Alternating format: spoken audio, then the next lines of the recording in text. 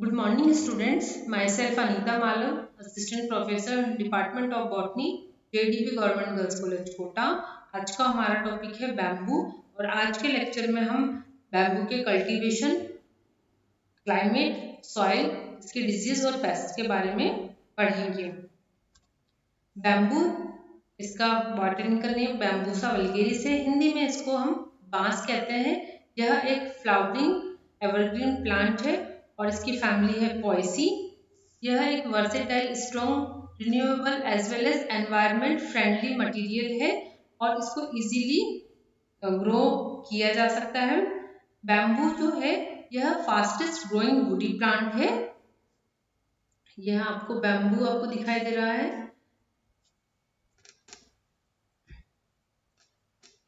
और यह एक फैंसी बैम्बू है जो घरों में रखा जाता है। बैम्बू जो है यह एक कमर्शियली कल्टीवेटेड क्रॉप है और इसको पुअर मैन्स टिम्बर कहा जाता है। चाइना के बाद भारत इसका सेकंड लार्जेस्ट प्रोड्यूसर है बैम्बू का और ईयरली इसका प्रोडक्शन भारत में लगभग 3.23 मिलियन टन है।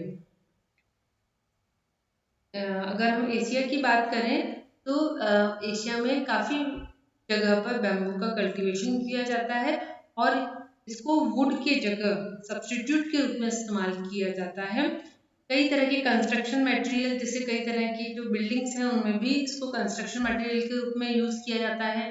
फर्नीचर, पल्प एंड प्लाईवुड के रूप में इसका इस्तेमाल किया जाता है।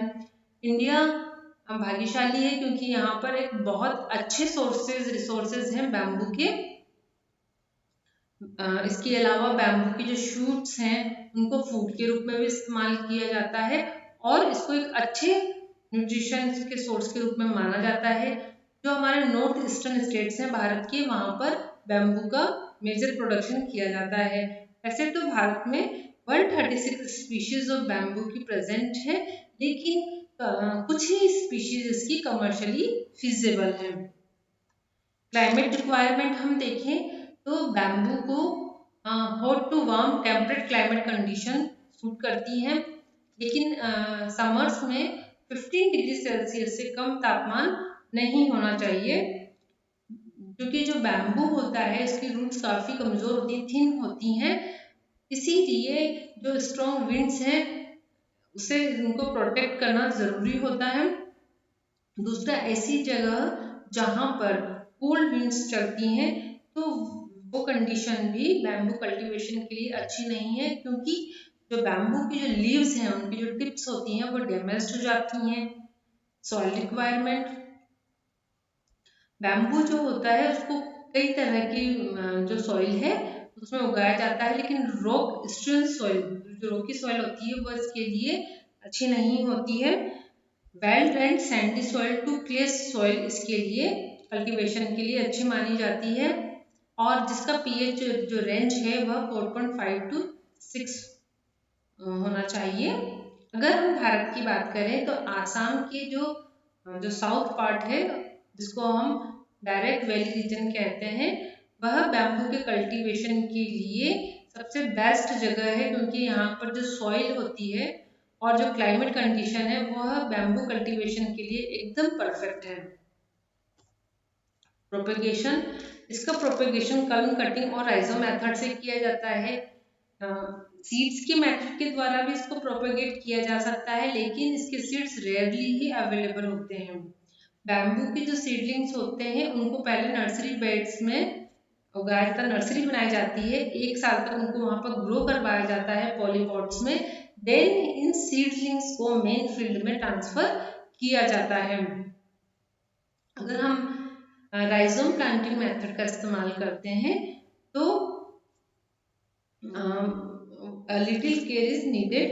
तो हम क्या करते हैं, जो कलम होती हैं जो वो 1 साल के हो जाता है तो उसको रूट के साथ ही वहां से खोद कर बाहर निकाल लिया जाता है और उनको 1 मीटर साइज में कट कर लिया जाता है। देन इनको नए जो मेन फील्ड है वहां पर रेनी सीजन में उगाया जाता है।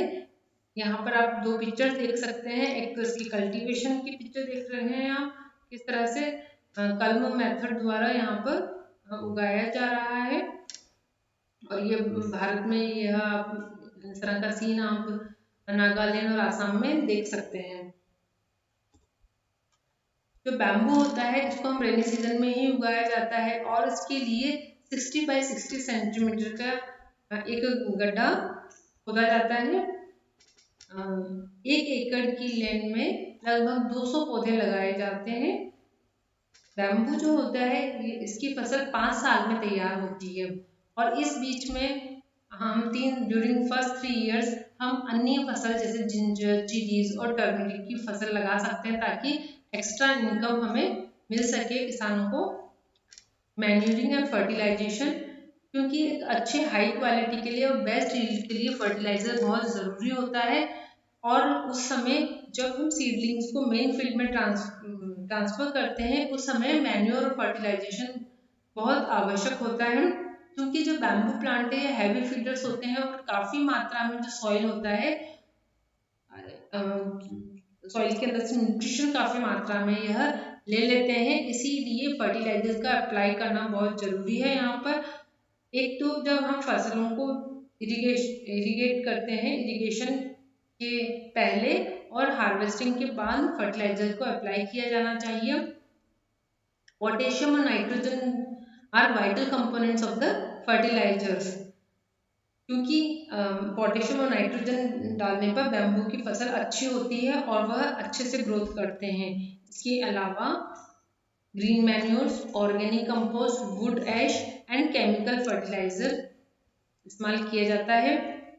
लीफ बाइटिंग सकिंग इंसेक्ट्स जो होते हैं वह यंग बैम्बू प्लांट्स को जल्दी खत्म करने लगते हैं, इसीलिए इन पेस्ट से बचाना जरूरी है, इसीलिए पेस्टिसाइड्स का इस्तेमाल किया जाता है। इरिगेशन हमने देखा कि जब बैम्बूज जो होते हैं जब इनको हम ट्रांसप्लांट करते हैं सीडलिंग को नर्सरी से मेन फील्ड में, तो उस समय इरिगेशन यानी पानी देना जरूरी होता है फसल को। और यह ध्यान रखा जाता है कि पानी वहाँ पर भरे नहीं, तो वाटर लॉगिंग जैसी कंडीशन नहीं होनी चाहिए, तो ड्रेनेज सिस्टम बढ़िया होना चाहिए। इसके लिए ड्रिप इरिगेशन सिस्टम जो है सबसे बढ़िया होता है, तो ड्रिप इरिगेशन मेथड यूज करना चाहिए। Harvesting can be started from the 5th year onwards, यानी 5 साल के बाद ही हार्वेस्टिंग की जाती है, तो अधिकतर 6th ईयर में इसकी हार्वेस्टिंग की जाती है।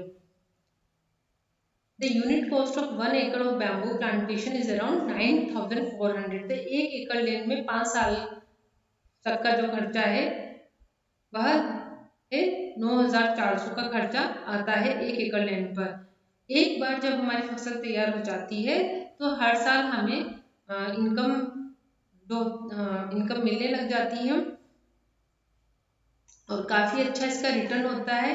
जनरेशन आफ्टर जनरेशन हमें रिटर्न मिलता जाता है। तो एक बार जब फसल तैयार हो जाती है तो उसके बाद बैम्बू प्लांटेशन से हमें इनकम मिलने लग जाती है, रिटर्न अच्छा मिलता है इसका। यूजेस कंस्ट्रक्शन में बैम्बू जो होता है, क्योंकि यह लकड़ी के जगह हम इस्तेमाल कर सकते हैं इसको, जैसे कंस्ट्रक्शन मटेरियल, बिल्डिंग मटेरियल में इसका इस्तेमाल किया जाता है और इसके अंदर high strength to weight ratio इसका होता है, क्योंकि वेट में ये कम होता है लेकिन इसकी स्ट्रेंथ ज़्यादा है, तो इसलिए इसका इस्तेमाल किया जाने लगा है आजकल। किचन वेयर में भी इसका इस्तेमाल किया जाता है। कई जगह पे जो सूप्स होते हैं और राइस है इसके अंदर कुक किए जाते हैं, क्योंकि ये होलो होता है अंदर से इसका स्टेम, और उसको फ्लेम के ऊपर रखकर डायरेक्ट और सूप और राइस तैयार किए जाते हैं। इसके अलावा स्टीम टी भी बनाई जाती है, इसको पू इरह टी कहा जाता है। इसके अलावा हम देखते हैं कि कुकिंग यूटेंसिल्स जैसे चॉपस्टिक्स इससे बनाई जाती है, और आजकल क्योंकि ये इको फ्रेंडली है तो यह अल्टरनेटिव भी है, दूसरे जो यूटेंसिल्स हैं उनकी जगह इसका इस्तेमाल किया जाने लगा है। फ्यूल के रूप में बैम्बू चारकोल जो है उसका उपयोग एज अ फ्यूल चाइना और जापान में किया जाता है। Bamboo can also be utilized as a biofuel crop. Writing pen in old times, पुराने समय में क्या होता था, भारत के अंदर बांस की केन बनाए जाते थे तो आगे से एक एंड को छील कर पीलिंग करके उसको निब का शेप दे दिया जाता था और देन उसको इंक में डिप करके लिखा जाता था। फैब्रिक के रूप में तो आजकल नई रिसेंट टेक्निक्स आने लग गई हैं जिनके द्वारा बैम्बू से भी फैब्रिक बनाया जा रहा है और टेक्सटाइल और फैशन में इसका इस्तेमाल किया जा रहा है। कई जगह शर्ट्स, टॉप्स, पैंट्स, सॉक्स इसके बनाए जा रहे हैं। इसके अलावा बैम्बू यार्न डेवलप किया जाता है, लेकिन इस बैम्बू को दूसरे फाइबर्स के साथ मिक्स करके बनाया जाता है, जैसे हेम्प और स्पैंडिक्स के साथ मिक्स करके बनाया जाता है। बैम्बू को प्लास्टिक के अल्टरनेटिव के रूप में भी देखा जा रहा है क्योंकि बैम्बू एक रिन्यूएबल सोर्स है। मॉडर्न क्लोथिंग में जो लेबल लगे रहते हैं कि ये बैम्बू से बना है, एक्चुअली वो प्योर बैम्बू से नहीं बना होता, वह विस्कोस रेयन होता है। विस्कोस रेयन कैसे तैयार किया जाता है? बैम्बू के अंदर सेलुलोज को डिसोल्व किया जाता है, इसके अलावा कई तरह के केमिकल्स इसको यूज किया जाता है और फिर यह विस्कोस रेयन तैयार किया जाता है। लेकिन इसके अंदर जो नेचुरल कैरेक्टरिस्टिक्स हैं बैम्बू के फाइबर के, वह नहीं रह पाते हैं। इसके अलावा मसाले के रूप में भी कलिनरी में हम घरों में इसका इस्तेमाल किया जाता है, जैसे इसकी शूट को खाया भी जाता है पकाकर। तो इसके कई यूजेस हैं बैम्बू के। डिजीज एंड इंसेक्ट पेस्ट, तो कई डिजीज, फंगल डिजीज हैं, वायरल डिजीज हैं और कई तरह के जो इंसेक्ट पेस्ट हैं वह इसकी फसल को हानि पहुंचाते हैं। फंगल स्पोर्ट्स, जैसे जैसे बैम्बू जो होता है उसकी एज बढ़ती जाती है और ह्यूमिड एनवायरनमेंट है उसके कारण फंगल स्पोर्ट्स जो होते हैं शूट्स पर अपीयर होने लगते हैं, ब्राउन कलर के स्पोर्ट्स दिखाई देने लगते हैं। तो जो फंगस होती है usually appears in circular pattern, तो सर्कुलर पैटर्न में आपको दिखाई देगी। तो लीव्स जो होती हैं उन पर भी, उनको भी डैमेज करती हैं, स्टेम को भी डैमेज करती हैं। तो ब्राउनिश स्पॉट्स आपको सर्कुलर पैटर्न में कलम पर दिखाई देते हैं, जैसे आप इस पिक्चर में आप देख सकते हैं ब्राउन स्पॉट्स आपको दिखाई देंगे। ब्राउन स्पॉट्स हैं आपको दिखाई दे रहे हैं। डीके रोट, कुछ फंगस है जैसे आर्मिलेरिया फंगस, तो यह क्या करती है, इस जो लीव्स होती हैं उसको डिस्कलर कर देती हैं और प्लांट धीरे धीरे डाई होने लग जाता है। तो यह पूरे प्लांट को डीके कर देते हैं। तो root fungus is evidence by mushrooms around the base of the plant. तो हम देखते हैं कि जो डीके रूट है इसको हम कैसे अपीयरेंस इसका पता लगेगा कि यह रोग हुआ है। तो आपको प्लांट के बेस के नीचे मशरूम्स अगर ग्रो दिखाई दे रहे हैं तो वहां पर इस तरह की डिजीज है। बैम्बू मोज़ेक पोटेक्स वायरस जो डिजीज है एक वायरल डिजीज है और यह एक स्वस्थ प्लांट में फैलती है। जो इन्फेक्टेड टूल्स होते हैं जिनको इस्तेमाल किया जाता है इन्फेक्टेड प्लांट को काटने के लिए, अगर वह टूल्स स्वस्थ प्लांट पर भी अप्लाई किए जाते हैं तो ये डिजीज एक प्लांट से दूसरे प्लांट में फैल जाती है। तो इसको रोकने का सही उपाय यही है कि हम जो टूल्स इस्तेमाल करें वो साफ होने चाहिए। तो हम इस जो रोग को काफ़ी हद तक कम कर सकते हैं। तो इसके सिम्टम्स देखो आप क्या है, जो लीव्स आपको देख रहे हैं इसके अंदर आपको मोज़ेक पैटर्न्स आपको दिखाई दे रहे हैं और पत्ती पूरी डिस्कलर हो चुकी है। इसके बाद धीरे धीरे यही पैटर्न आपको ट्विग्स, ब्रांचेस, शूट्स और रूट्स पर दिखाई देने लगता है और धीरे धीरे वह नष्ट होने लगते हैं। पेस्ट में हम देखें तो एफिड्स जो है यह भी बैम्बू की फसल को काफ़ी हानि पहुंचाते हैं। उसके ऊपर ये फीड करते हैं उसको, उससे काफ़ी न्यूट्रिशन यह ले लेते हैं। ये जो इंसेक्ट है इसकी जो एफिड्स हैं ये कैसे होते हैं, टीनी होते हैं, सॉफ्ट बॉडीड इंसेक्ट्स होते हैं और इनकी जो स्लेंडर माउथ पार्ट्स होते हैं जिसके द्वारा यह पत्ती में, शूट्स में छेद कर देते हैं और फ्लूइड को सक करते हैं। कई बार जो एफिड्स होते हैं यह ड्यू, हनी ड्यू जिसे हम कहते हैं, तो ये सीक्रेट करते हैं। तो इनके द्वारा जो अन्य इंसेक्ट हैं वह यहाँ पर आकर्षित होते हैं। तो इस तरह से सेकेंडरी इशू भी प्लांट्स में होने लग जाते हैं। तो अपीयरेंस कैसा दिखाई देता है, ये इंसेक्ट जो है यह कैसा है, टीनी है, विंग्ड है, सॉफ्ट बॉडीड है और यह येलो, रेड, ब्राउन कलर का या टैन कलर का हो सकता है और इसको हम आसानी से देख सकते हैं सैफिड को प्लांट्स पर।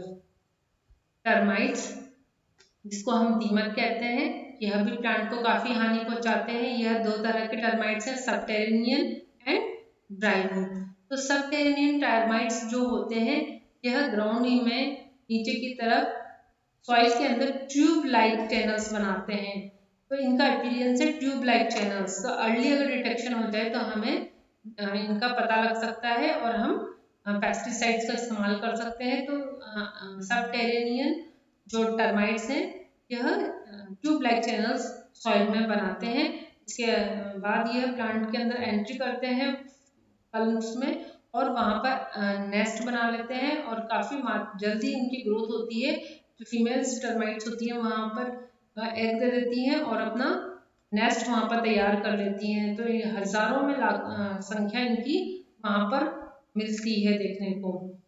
ड्राईवुड टर्माइट्स होते हैं वह इस तरह की मिट्टी में चैनल्स नहीं बनाते हैं, वह बैम्बू की कलम जो होते हैं वह इनसाइड में रहते हैं और उसको धीरे धीरे चबाते रहते हैं और प्लांट को खत्म करने लग जाते हैं।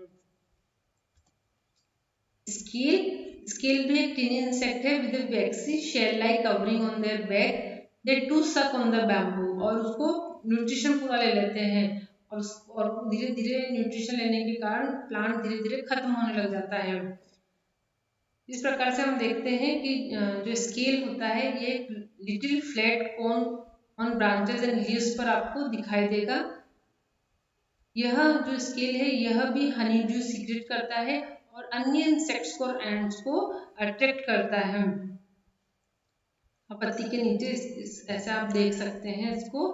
दे are light coloured when young और जैसे जैसे ग्रोथ होती जाती है वो डार्क हो जाते हैं और विजिबल होने लग जाते हैं। यह कुछ डिजीजेस एंड पेस्ट थे। आशा है आज का लेक्चर आपको समझ में आया होगा। Please subscribe YouTube channel CC ERR ADB GC Kota. धन्यवाद।